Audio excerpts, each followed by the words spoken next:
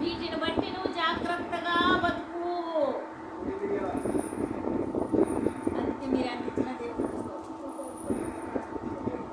మీరేమిచ్చినా దేవుడికి స్తోత్రం. ఇస్తే ఎవరు దీవించబడతారు?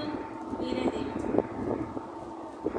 ఇవ్వలేదని వ్యసనపడితే నేను దేవునికి విరోధమే. మన మంచిన ఆ సంబంధం కోసం అయితే నేను అసలు ఆలోచించాను. ధనమనే సంబంధం కోసం అయితే అసలు ఆలోచించాను. ఇచ్చిన వరకే దేవుడు గొప్ప సంగతి కదా. ఒక విషయం నేను మీకు చెప్తున్నాను బాగా ఏంటంటే, జనాలు గుంపుగా వచ్చినప్పుడు, జనాలు బాగా గుంపుగా వచ్చినప్పుడు ఎంతమంది వచ్చేవాళ్ళు? దగ్గర దగ్గర 60-70 మంది వచ్చేవాళ్ళు. మీ అందరూ కళ్ళు ఎదుట అవునా? వింటున్నారా నా మాట? వచ్చేవాళ్ళ అప్పుడు కానుకలు కూడా బాగా ఇచ్చేవాడు.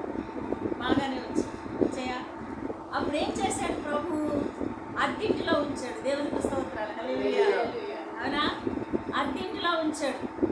దేవుని యొక్క జ్ఞానము ఎంతో నరుడు గమనించుకోగలిగితే దేవుని యొక్క పాదాల చెంత స్థానం దొరుకుతుంది. హల్లెలూయా.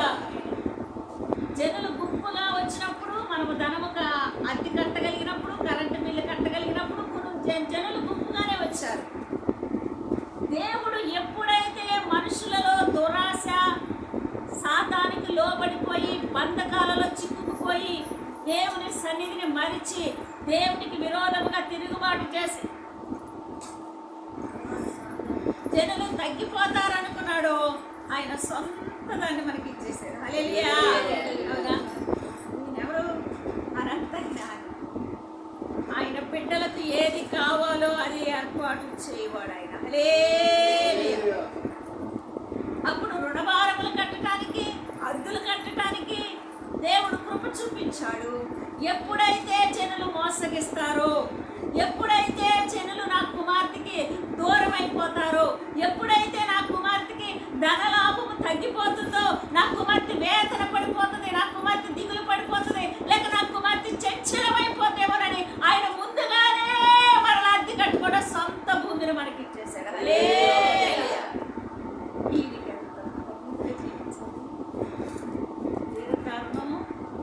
తీర్చగలనా నేను? ఎన్ని కన్నీళ్ళు ఆయన పాదాల మీద పోసినా కూడా నేను ఆయన రుణము తీర్చి అర్హతగలగాలి. ఎవరు చేయగలరు ఈ మేలు? కన్నవారు చేయగలరా? పట్టుకున్నవారు చేయగలరా? బిడ్డలు చేయగలరా? బంధుమిత్రులు చేయగలరా? స్నేహితులు చేయగలరా? ఎవరు